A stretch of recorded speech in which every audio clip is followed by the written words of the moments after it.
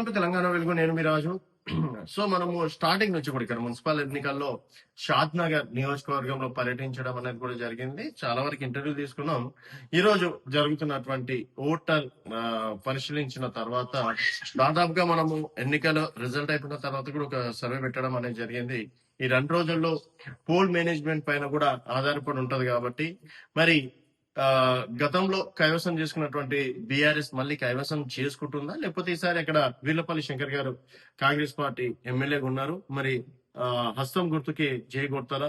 ఇప్పటి వరకు బోని కొట్టని వంటి భారతీయ జనతా పార్టీకి ప్రజలు ఎంతవరకు ఆదరిస్తున్నారు అనేది మనం చూసుకున్నట్టయితే, సో భారతీయ జనతా పార్టీ ఈసారి షాద్నగర్ చెప్పుకోవాల్సిన విషయం ఏంటంటే, గతంలో ఒక్క చోటు 9వ వార్డులో గట్టి పోటీ ఇచ్చినటువంటి భారతీయ జనతా పార్టీ ఈసారి దాదాపుగా 4 నుంచి 5 వార్డులలో గట్టి పోటీ ఇస్తుంది. అందులో దాదాపుగా మనం స్టార్టింగ్ నుంచి చెప్తున్నాం 2 నుంచి 3 స్థానాలు ఇక్కడ ప్లస్ ఆర్ మైనస్ ఒకటి చేసుకోవచ్చు.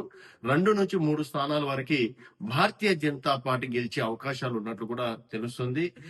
ఎందుకంటే ఒకటి సెంటిమెంట్ కావచ్చు, తర్వాత గత ఎన్నికల్లో స్వల్ప ఓట్లతో ఓడిపోవడం కావచ్చు, తర్వాత ఇక్కడ పోల్ మేనేజ్మెంట్ పార్టీ వాళ్ళు ఎంత చేసినా కూడా కొంతవరకు కిషన్ రెడ్డి గారి స్పీచ్లు కావచ్చు, తర్వాత అభ్యర్థులను చూసి ఇక్కడ పార్టీ పక్కన పెడితే అభ్యర్థులను చూసి కూడా ఓట్లు వేసిన వారు ఎక్కువనే అని చెప్పుకోవచ్చు. సో ఇక్కడ వ్యక్తిగతంగా ఓట్లు ఎక్కువగా పడుతున్నాయి. దాదాపుగా 2 నుంచి 3 స్థానాలలో ప్లస్ ఆర్ మైనస్ గెలిచే ఛాయిస్ ఉంది భారతీయ జనతా పార్టీ. డెఫినెట్ గా ఈసారి బోని కొట్టే ఛాయిసెస్ అయితే ఉన్నట్లు తెలుస్తుంది. అండ్ ఇది కన్ఫర్మ్ అని చెప్పలేము, మనకున్నటువంటి సర్వే తోటి చెప్తున్నటువంటి మాట. అలాగే బీఆర్ఎస్ పార్టీ, ప్రతిపక్షంలో ఉన్నటువంటి బీఆర్ఎస్ పార్టీ చూసుకున్నట్లయితే 9, సో మనం గతంలో 10 ఇచ్చినాం, ఇక్కడ 9 స్థానాలు బీఆర్ఎస్ పార్టీ 9 స్థానాలు ప్లస్ ఆర్ మైనస్ 2 స్థానాలు అని చెప్పేసి కూడా చెప్పుకోవచ్చు. సో మొత్తానికి బీఆర్ఎస్ పార్టీ కూడా చాలా వరకు నువ్వా నేనా అన్నట్టు కూడా 7-8 నియోజకవర్గాల్లో కూడా టఫ్ కాంపిటీషన్ ఇస్తుంది. ఇక్కడ ఎవ్వరు బయటపడ్డ ఒక 50-60 ఓట్లతోటే బయటపడతారు. ఆ విధంగా కూడా బీఆర్ఎస్ పార్టీ బలంగా పుంజుకుందని చెప్పేసి కూడా చెప్పుకోవచ్చు. అండ్ అధికారంలో ఉన్నటువంటి కాంగ్రెస్ పార్టీ, సో మనం గతంలో 12 ఇచ్చాం, ఇప్పుడు పోల్ మేనేజ్మెంట్ అవన్నీ చూసిన తర్వాత దాదాపుగా కాంగ్రెస్ 14 స్థానాలు ప్లస్ ఆర్ మైనస్ 2 స్థానాలకు ఉంది.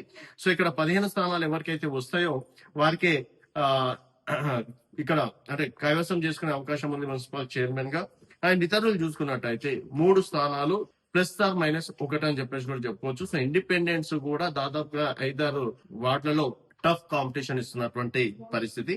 సో మొత్తానికి ఓవరాల్ గా ఇది షాద్నగర్ లో ఉన్నటువంటి ఫలితాలు. ఇక్కడ మరోసారి చెప్తాను, అండ్ భారతీయ జనతా పార్టీ 2 లేదా 3 ప్లస్ ఆర్ మైనస్ 1, బీఆర్ఎస్ 9 లేదా 10 ప్లస్ ఆర్ మైనస్ 2, కాంగ్రెస్ 13 నుంచి 14 ప్లస్ ఆర్ మైనస్ 2 స్థానాలు వచ్చే అవకాశం ఉంది అని చెప్పేసి కూడా ఈ సందర్భంగా చెప్పుకోవచ్చు. అండ్ మీ అభిప్రాయాలు కింద కామెంట్ రూపంలో తెలియజేయండి. చూస్తూనే ఉండండి తెలంగాణ వెలుగు.